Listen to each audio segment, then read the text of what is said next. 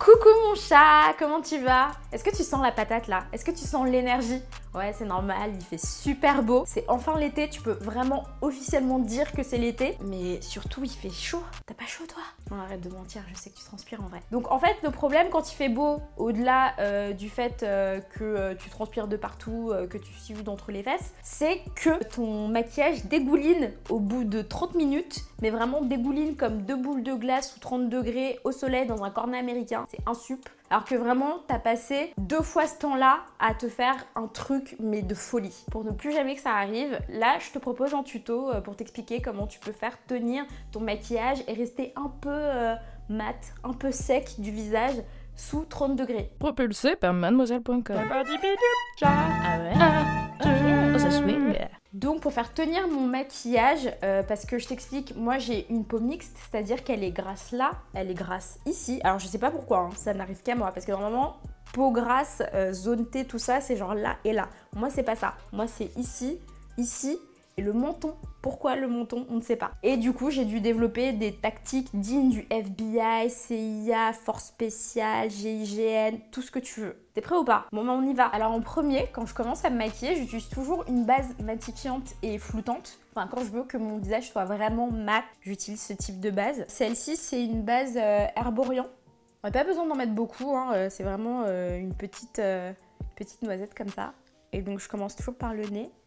Parce que comme je l'ai dit tout à l'heure, j'ai la peau mixte, hein, donc ça grassouille au niveau du nez, ici là, au niveau des pores, au niveau un peu du front, mais bizarrement moins que sur le dessus des joues, je sais pas pourquoi, ça n'a pas de sens. Une fois que j'ai fait ça, je vais faire un truc dont les gens ne parlent jamais et pourtant qui se fait. Je vais poudrer mon visage. Et ouais, tu peux poudrer ton visage avant de mettre ton fond de teint. Je sais, on t'a menti pendant des années, on t'a dit que c'était tout à la fin, mais non, tu peux le faire maintenant. Donc j'utilise cette poudre, c'est The Velvetizer d'Urban Decay. Et vraiment, c'est une de mes poudres préférées. Elle est très très fine. Elle pénètre bien sur la peau et elle laisse pas ce petit film blanc dégueulasse en fait. Elles se fond parfaitement. Alors l'idée c'est vraiment de mettre une fine couche. Donc oui, tu ressembles à Casper, mais c'est pas grave parce que tu me maquilles par-dessus. Donc tout le monde s'en fout. Alors là en fait, je vais appliquer mon fond de teint. D'habitude je l'applique au Beauty Blender, donc qui est humide. Mais le problème, c'est que quand tu appliques ton fond de teint au Beauty Blender humide, tu rajoutes de l'humidité sur ton visage, tout simplement. Et ton visage, il est déjà hyper moite et tout. Donc ce que tu vas faire, c'est que tu vas l'appliquer soit au pinceau, pour une raison qui m'échappe totalement, j'ai oublié mon pinceau. Donc je vais l'appliquer au Beauty Blender, mais sec. Ça va rendre l'application un peu plus compliquée, mais on va faire avec. Hop, aux endroits les plus importants de ton visage. Hop, hop. Avec ton Beauty Blender sec, tu vas venir tout bien mélanger. Il faut être assez rapide pour que ça ne te fasse pas des espèces de patchs de fond de teint chelou. Et encore une fois, au pinceau à fond de teint, c'est beaucoup plus facile. Mais bon, vis ma vie de bolos quoi. J'ai oublié. Là, comme j'ai mis de la poudre en dessous et que mon teint est un peu pâle, peut-être que je vais rajouter une deuxième pompe. Qui sait? Alors là, le front, c'est la partie la plus compliquée pour moi parce que je sais pas si tu le vois, mais je sais que tu le vois. Je porte une perruque. L'idée, c'est d'essayer de fondre ma perruque avec le reste de mon crâne. Est-ce que j'en rajoute un peu? Ouais, j'en rajoute un peu juste pour le plaisir. Pour le plaisir. Je sais même pas ce que c'est cette chanson. À chaque fois que j'ai dit pour le plaisir, j'ai envie de chanter cette chanson. Mais je suis sûre que c'est une vieille chanson des années 80 que mes parents devaient chanter, mais je ne sais pas du tout ce que c'est par contre. N'hésitez pas à le dire en commentaire si vous savez ce que c'est. Ce serait pas un truc genre des mecs qu'on connaît pas, style Herbert Léonard? Et là, en fait, je vous ai mis à genoux parce que vous savez pas qui c'est Herbert Léonard. C'est normal. Et ben là, on commence à être un peu mieux. Ce que je vais faire là, c'est que je vais mettre, du coup, mon anti-cerne. Je vais le laisser reposer un peu. Et pendant ce temps-là, je vais faire mes sourcils. On fait les sourcils comme on fait d'habitude. Hop. Au crayon. Si je les faisais à la cire avec un pinceau, je laisserais pas reposer mon correcteur comme ça, mon correcteur anti-cerne, parce que je prends plus de temps et en fait il deviendrait trop sec. Je pourrais rien faire après. Je mets toujours plus de temps à faire ce sourcil là parce que en fait il a pas la même forme que l'autre et je suis toujours là. Mais qu'est-ce que je fais? En plus j'ai l'impression qu'il a pas la même forme tous les jours. On est sur du sourcil caméléon quand même. Tu retires un peu de matière avec le goupillon. Je vais fondre mon anti-cerne. J'adore cet anti-cerne parce qu'il est hyper crémeux, mais pas non plus liquide. Donc ils filent pas dans les toutes petites cernes en dessous des yeux et se font hyper facilement. Et là, une fois que tu as fait ça, tu vas te lancer dans le meilleur truc de ta vie. Je te parle du baking. Et quand je te dis baking, je te parle pas de mettre un cake au four. Je te parle d'une technique qui va te permettre en fait de faire rentrer le make-up vraiment dans ta peau et de faire en sorte que ça tienne, mais que ça tienne tellement fort. Alors, comment on fait du baking? On utilise une poudre. Alors là, j'ai la poudre Velvetizer que j'ai utilisée tout à l'heure. Je vais pas utiliser celle-là. Moi d'habitude j'utilise la baking flour de Beauty Bakery, mais je ne veux pas utiliser ça non plus. Moi du coup comme j'ai la peau foncée, je ne vais pas utiliser cette poudre là d'Urban Decay parce qu'elle est blanche. Je ne veux pas non plus utiliser la poudre Beauty Bakery qui est de ma couleur de peau. Il me faut une poudre qui est un peu jaune, ce qu'on appelle une banana powder. Donc je vais aller la chercher. Et du coup, je vais utiliser celle-ci de la marque Bella Pierre. T'en mets un peu sur ton Beauty Blender. T'en mets vraiment sous ton œil.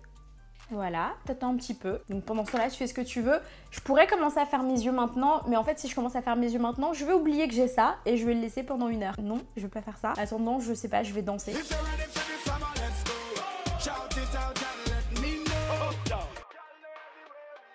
Et voilà, t'as attendu 5 minutes, 10 si t'as vraiment la peau grasse. Et en fait, tu prends un pinceau poudre et juste, t'enlèves l'excédent de poudre que t'as sous ton œil.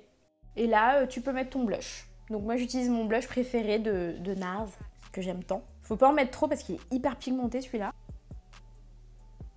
Et maintenant, je vais me mettre à mes yeux. Là, j'utilise la palette Venus 3 de Lime Crime. Je suis trop contente parce que je ne l'ai jamais utilisée encore. Donc, ça va être mes réactions en direct. Alors, piou piou piou piou piou. Donc, je vais commencer par cette couleur Bliss. C'est à mi-chemin entre un rose foncé et une couleur un peu terre battue. Donc, je mets de la base sur mes paupières pour que ça ait une chance de tenir.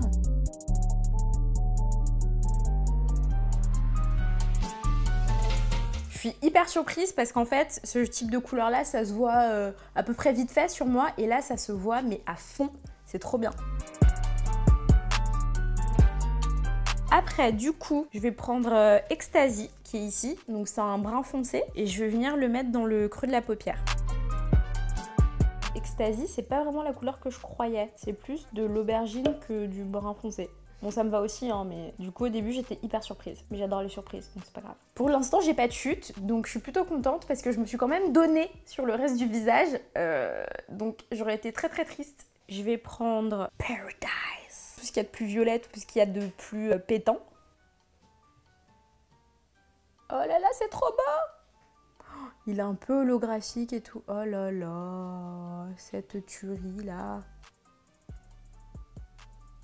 Et vraiment, le fard, il est hyper crémeux, il se dépose, mais avec une facilité déconcertante. Et après, je vais juste rajouter Dream, qui me fait de l'œil depuis tout à l'heure. Et je vais le rajouter, peut-être ici au milieu ou au coin, je sais pas ce que je veux faire. Avec la couronne, j'ai vraiment l'impression d'être une princesse, c'est n'importe quoi. Et du coup, je vais reprendre un peu d'Ecstasy. Je vais venir juste le mettre au ras des cils pour fumer mon regard.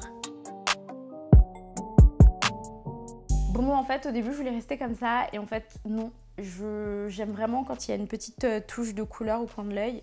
Donc, je vais rajouter Beloved.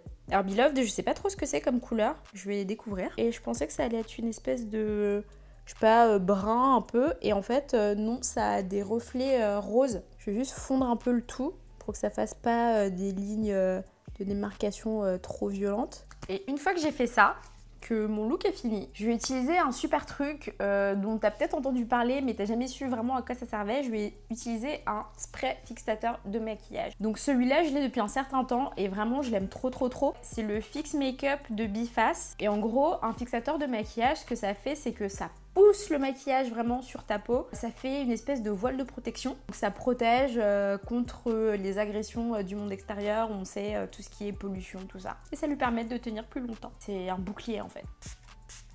Et j'attends que ça sèche. Et voilà. Et là en fait, je vais juste mettre les dernières touches. Donc tout ce qui est mascara. Du coup là je vais mettre de l'highlighter. Moi en fait l'highlighter je le mets généralement après le spray fixateur parce que en gros j'ai l'impression que quand je mets le spray fixateur ça enlève une partie de l'éclat de l'highlighter. Et si je mets de l'highlighter c'est pour que ça brille, ça n'a pas d'intérêt. Il est super beau en plus.